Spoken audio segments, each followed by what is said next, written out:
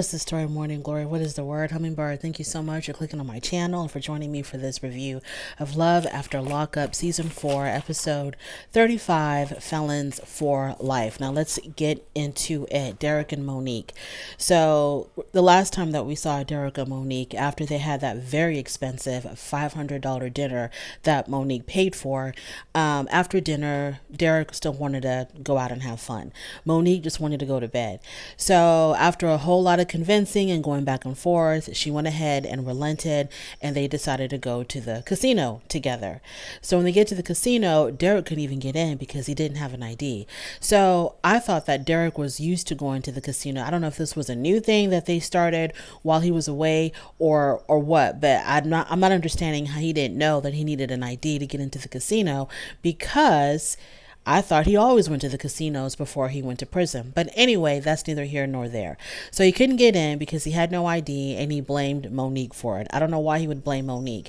Now, Monique, if Derek is the kind of guy that blames you for all of his mishaps, you need to cut this loose, because I didn't understand why he would be upset with Monique. Was she supposed to have his ID? Did she lose his ID? Was he mad because he did not remind her that he needed an ID? I don't know what was going on or why he would blame her for it, because she didn't even want to go.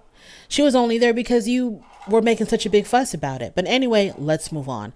So now it's the next day. They're going to the bank because Derek wants to open up his own checking and savings account. And he has a $9,000 check that he wants to deposit. So while they're at the bank, he needs two forms of ID. He had one, but he didn't have the second. So Monique is trying to pull up his birth certificate on her phone, and it's taking her a while. And he's getting frustrated with her. And I'm like, Derek, you've been sitting in prison for, I don't know how long you've been sitting there. You were patient enough to wait until it was time for you to be released. And I understand you had no control over that, but you sat through those days and those nights until it was time for you to be released. You can wait a couple of minutes while Monique is trying to find your birth certificate to help you out. So let's relax. So then he starts talking about this story about how he was helping a friend of a friend or a cousin friend or a friend's cousin, I don't know what, to open up some type of a crypto account or do crypto or whatever. And the friend that he was helping was female. And so Monique, her ears perked up when he said that he was helping another female. And so she started asking him questions about, who is she? Are you still dealing with her? So this showed her major insecurities. This woman, her insecurities are just insurmountable. It's just like beyond. Like, girl, you're gonna have to have some confidence in this relationship, or have some confidence in yourself, or just don't worry about it. But every single time, I don't know what you're gonna do, Monique, because females are always going to be around. I don't know what you're going to do. You need to try to curb this issue that you have of him talking to or looking at or sitting next to or a female. The world, half the population on earth is female. He's going to be close to some of them. So you're going to need to chill. So moving on from there. So we find out that Monique is actually an animal hospital receptionist. She's an animal hospital receptionist, but she is buying this man all kinds of name brand, high-end stuff.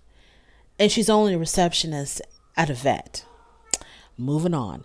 So then they go to the gym to get gym memberships. I guess he wanted to get a membership for himself because Monique doesn't even live in Cleveland. She's from Chicago. So I'm assuming, I don't know, maybe I have no idea, but they were at the gym getting gym memberships. And while they were at the gym, Derek's sister begins to text Monique. Now, this started from when they were in the car. So when they were in the car on their way to the gym, Derek's sister, I guess, was trying to get in contact with Derek, but he wasn't answering his phone. So when he did call her back, he told her that he was out and about with Monique and he was busy or something like that. So the sister gets upset that I guess Derek has been ignoring her calls, or maybe she was thinking that Monique was preventing Derek from talking to her. I don't know. But the sister was getting upset. So after that call with Derek, the sister begins to text Monique, and she's texting her all kinds of mess, and it's getting Monique really riled up. So she starts responding. And they're going back and forth. And she's trying to show Derek, look what your sister texted me. And Derek looked at the text. He read the text and he was like, you know what? I don't want to be bothered with this. I'm in my sanctuary, the gym, and I'm trying to get my workout on. And I want to help you get your workout on. So for a brief moment, Monique is able to put the phone to the side and she's working out with Derek. And she's saying that she feels really comfortable working out with him. He makes her feel very comfortable. So they're doing their little exercises, getting their workout on. And then after that, they leave the gym and while they were still in the gym, I forgot, when they were still in the gym, Monique says that she's considering moving to Cleveland to be with him, and he tells her don't do it. Now, of course, we're all going to think that he's telling her to not move to Cleveland because he doesn't really want to be with her. He wants to explore other options and she's going to be getting in his way. That might be the case. I don't know. But he tells her that the reason why he doesn't want her to move to Cleveland is because of his sisters. He doesn't want his sisters and Monique, getting into it or having all these issues. So he tells her, why don't you wait until I get my own place and then, you can come up here to be with me. So I don't know if he's going to be living with his sister or living with his grandmother or whatever the situation is, wherever he's going to be living. He's probably thinking his sisters are going to be interfering with his relationship with Monique. That's what he's telling her. So he's like, be patient with me. Wait until I get my own place. So after they leave the gym, they're back in the car, and I think they were supposed to be going to, I don't know where I think they were supposed to be going to his grandmother's house or something. I don't know, but they're in the car, and Monique realizes that Derek's sisters are now posting stuff online. And what they posted was a picture of Derek on social media. And the caption under the picture was like, hey ladies, my brother's out. He's single, ready to mingle. Any hot, what did you call him? Any hotties out there, or whatever she said, any hotties out there, come holler at your boy because he is ready. And Monique saw this and Monique was very, very upset. So she just has to respond. So she gets on and she starts, typing away. She's, putting in her comments. Then her and the sisters are going back and forth on social media. And Derek just wants her to ignore it. Now she thinks that he's wrong for wanting her to ignore the sisters' shenanigans, to ignore their antics, because she feels like she needs to respond. She needs to put them in their place. And Derek is like, just ignore all that mess. Don't let that get to you. Just, let it go. So then Monique says to him, look what your sister put on social media. Look what she posted. You need to put your sister in her place. You need to check your sister. And Derek is like, I'm not getting involved with this. This is stupid. And I don't want you to get involved with this either. And he gets upset with her because she's so focused on this whole social media thing going on between her and the sisters. So now she wants to confront the sister. So she's in the car, she's driving, and she's like, I'm gonna pop up on her. I'm gonna show up on her. And Derek is like, no, you're not, because I don't want to take the risk of going to jail when the police are called because y'all are fighting. So no, we're not going to go confront anybody. So she really wants to go and confront the sister. And I don't know if she was taking the path to the sister's house, but Derek got out of the car and he was like, you know what? I'm going to let you do what you got to do over there, but I'm not going to be a part of that. So he actually gets out of the car. So after a while, he comes back in the car and he says, you know what? Just take me back to the hotel. So then Monique is on the phone with the sister. I don't know who called who, but she's on the phone with the sister and they're going back and forth, cussing each other out, arguing, yelling, all that stuff. Derek calls her a big ass kid. He's like, you're acting like a big ass kid right now. Just ignore these people. Just ignore it. At the hotel, he tells her, do you know where we're at right now? And she comes out, she sits down next to him and she's like, where are we? And he tells her, I need you to understand that you acting like this and wanting to get into it with my sisters is going to jeopardize me. I'm going to be at risk of going back to prison if you keep this up. So I'm thinking to myself, now maybe I am naive and I'm giving him the benefit of the doubt when I shouldn't, but I'm thinking to myself that he's making perfect sense. Her getting involved with the sisters and letting the sisters get to her is stupid because it's never going to end. It's not going to end. It's not like the sisters are going to wake up one day and be like, oh my God, Monique was right. Her and Derek do need to be together. This is a perfect, healthy relationship. We do support Monique and Derek together. That's never going to happen. So why even bother? Why even engage? Why let these people get to you like that? Y'all will never see eye to eye. So the whole thing is pointless. So then Derek wants to go to his great grandmother's house. And Monique right now, she's upset. She starts crying. And because she feels like he's not supporting her. She feels like he needs to put his sisters in their place. If he loves her, he would check his sisters and tell them to back off, which I feel like he should probably do that. If he really does love this woman and wants to be with her, and he sees how distressed she is, and that she has no self-control when it comes to his sisters, he should, not put them in check, like cuss them out, but just to tell his sisters, look, stop. At least make an attempt. Even if they don't stop, at least put on a show that you care enough about Monique to talk to your sisters and let your sisters know that what they're doing is wrong. You don't like it and you want them to stop. Simple as that. And if they don't, they don't. But at least you tried. So from there, I guess he's going to be paroled at his great grandmother's house. They go to the great grandmother's house. She's not home. And so they are outside of her house. And Monique gets a call from Derek's, was it Derek's cousin? I think she gets a call from Derek's cousin. And the cousin says that they need to go see his grandmother. She's in the hospital, I think, or she's in some facility. She's not doing well. And they need to go see the grandmother right away.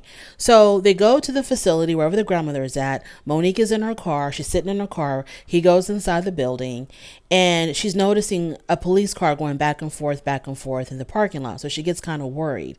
Then all of a sudden, the producer and the cameraman, they hop in the car with her because they see the cop going back and forth and they don't know if they're there for Derek or if they're there for something else. And so when Derek came out of the building, he's going back inside the car, and where Monique is parked, there's another car parked next to her, like this white car. And as Derek came out of the building to get in the car, somebody from that white car was calling out his name, I think. So they don't know who it was or what was going on. So he gets in the car. He sits in the back with the producer. The cameraman's up front with Monique. And so as they're pulling out of the parking lot, they thought the police was going to follow them, but instead it was this white car that started following them. So this car is obviously following them. And Derek said that he thinks it might be his sisters or something. He really couldn't see inside the car, but he could tell that it was females in the car. So the car is following them. The producer says they need to pull over to the gas station. When they pull over, Derek is like, no, let's just keep driving. So Monique continues on. And so they're driving and this car is still on their tail. And so they don't know what's going on. Monique begins to kind of panic, right? So she starts kind of panicking because she doesn't know what the hell is going on. And that's where their segment ended. And evidently they get into some kind of an accident or a wreck. It seemed like the car behind them bumped them or something. I don't know, but we'll find out at the next episode. It looks like this was a setup. When the cousin had called Monique and said, hey, Derek needs to come see our grandmother and he needs to come see her right now. She made it seem like the lady was like, dying. She was taking her last breaths and that Derek needed to be there ASAP. And so I think it was a setup. And so these people, whoever these people were in the white car, they were there waiting for him. And they probably wanted to jump Monique. It probably was the sisters and they probably were waiting for them so they can jump Monique. That's what it looked like to me, but I could be wrong because I don't know what goes on in the streets, but the whole thing was really bizarre. Moving on to Michael and Justine. So they're having breakfast and Justine says that she is willing to apologize to Michael's mother, but Michael's mother has to offer her an apology as well. And Michael wants his mom and his sister to respect Justine because that's his wife now. And if they respect and love him, they're going to respect his wife as well.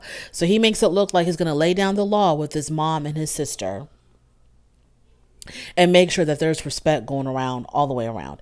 So then Michael wants to meet up with Mocha, who is his business partner and has a whole bunch of connections with the music industry.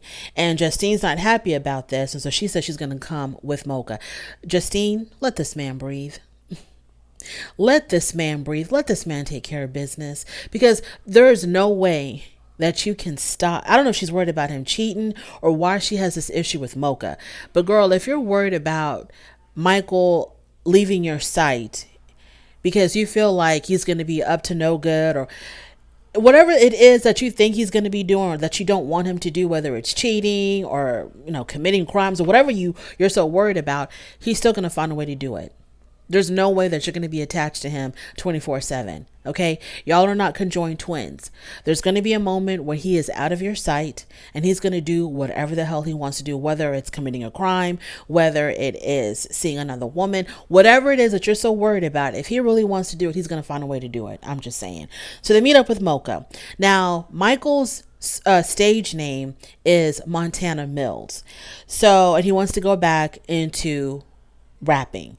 And so Mocha tells Michael that Montana Mills is the best rapper out of Rhode Island. Who was his competition from Rhode Island? If Montana Mills, aka Michael, if he is the best rapper that came out of Rhode Island, who was his competition? Then we'll let you know if he was the best. So Mocha takes him to another room and he wants Michael to drop some bars. And so Michael drops his bars. Mocha gets excited. Mocha's impressed. Everything is going good. So then there's this talk about moving to Las Vegas. I don't know. I guess to start his music career. And Michael's down to go to Vegas. Justine is down to go to Vegas. It's all good.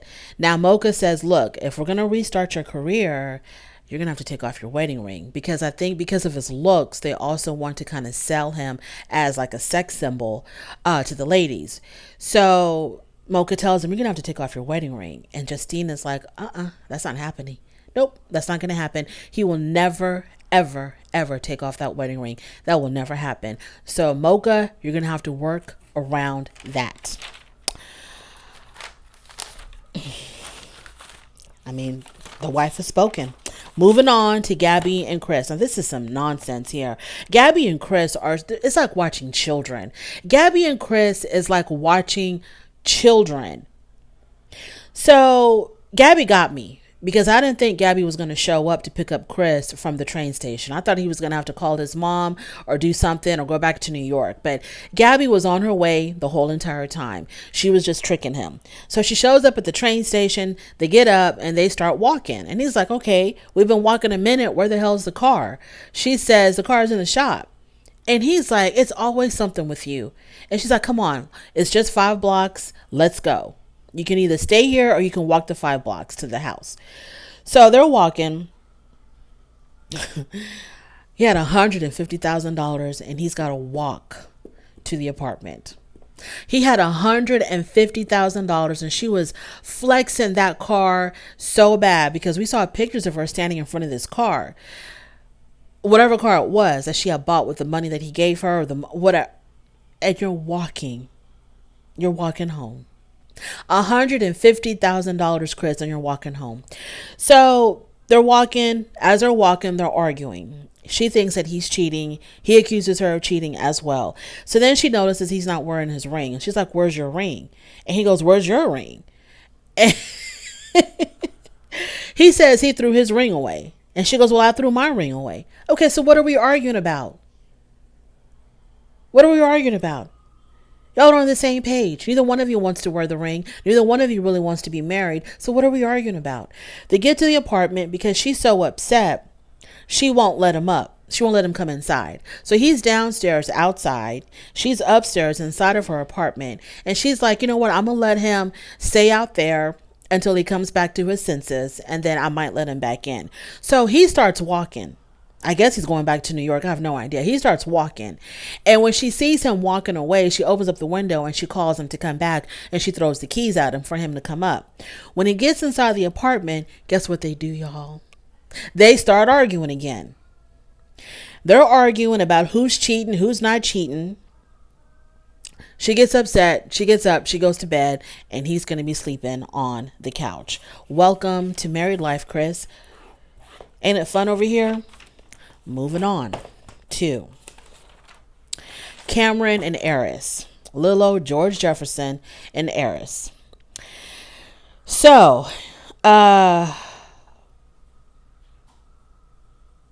little old George Jefferson and Cameron. So Cameron, whatever their names are, I don't know who's who, but Cameron failed a breathalyzer test, right? He failed his breathalyzer test while he was in the halfway house. He was so close to being released from the halfway house. He was so close. He had like, I don't know, a couple of weeks or something left. I don't know, something like that. And he took a breathalyzer and he failed. So he went back to the detention center. So now she has to pick him up again from the detention center, and she's upset because she keeps doing this. And she's thinking to herself, if he keeps on making these kind of mistakes, maybe this is not the guy for me. You think? So she picks him up, and as soon as she picks him up, I guess he knows that he's been a really bad boy, and maybe he's worried about losing her. He found some ring. He claims that he bought the ring before he went into the halfway house or before he went back to prison or something. He bought this ring for her. To me, I feel like he stole this ring from, I don't know. The ring looked used. Okay. It didn't even come in a box. I don't know, maybe bought it from the pawn shop. I have no idea. He gets on one knee and he proposes to her and she accepts. Really?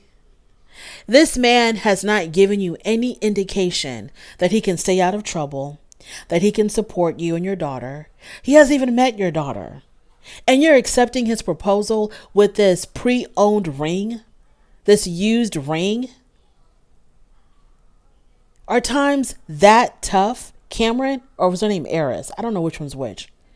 Are times that tough, Eris? I think her name is Eris. Is it that bad out there? She's a very pretty girl. She's a very pretty girl. I have no idea why she is settling for George Jefferson's grandson. I don't understand. And you're going to accept a proposal outside of the detention center? But then again, Gabby and Chris got married in front of the Greyhound bus station. So that's what they do around here. So she says yes. And he wants to get married right away. Cameron wants to get married right away. And girl, please don't rush into that. Please don't rush into this. Please think about it. The whole thing made no sense to me. From the used ring to the insistence of getting married right away before meeting her daughter, before knowing if him and her daughter are even going to get along, before knowing if he's even going to live right, if he's going to be able to hold down a job, the whole thing is stupid. Moving on to Nathan and Skyler. This is also getting on my nerves. Moving on to Nathan and Skyler. So Skyler's hanging out with her friend. And Nathan is at work. So the whole time that they're at the hair salon, she's calling him, texting him, no response. So now she's worried because now she's kind of like, triggered a little bit because it reminds her of, the two previous boyfriends that she had that both OD'd while she was with them. So she's worried, thinking that maybe Nathan had relapsed. And so now she's kind of getting scared, thinking, okay, it seems like it's going to be happening to me a third time where a boyfriend of mine ends up ODing. So after they get their hair done, they go back to the house. They're climbing up the stairs, going upstairs. And all you hear her say is, oh my God, like, she saw something really shocking. Nathan is fine. Okay, I'm pretty sure Nathan is fine. I think maybe he was redecorating that room. And he's going to surprise her with this, really newly decorated bedroom. Ain't nothing going on over there. Moving on to Ashley and Travis. They took a boat ride. Thank you so much for joining me in this review. I really do appreciate it. On your way out, please don't forget to rate the video if you like this content. Go ahead and subscribe, and I'll definitely talk to you later. Bye.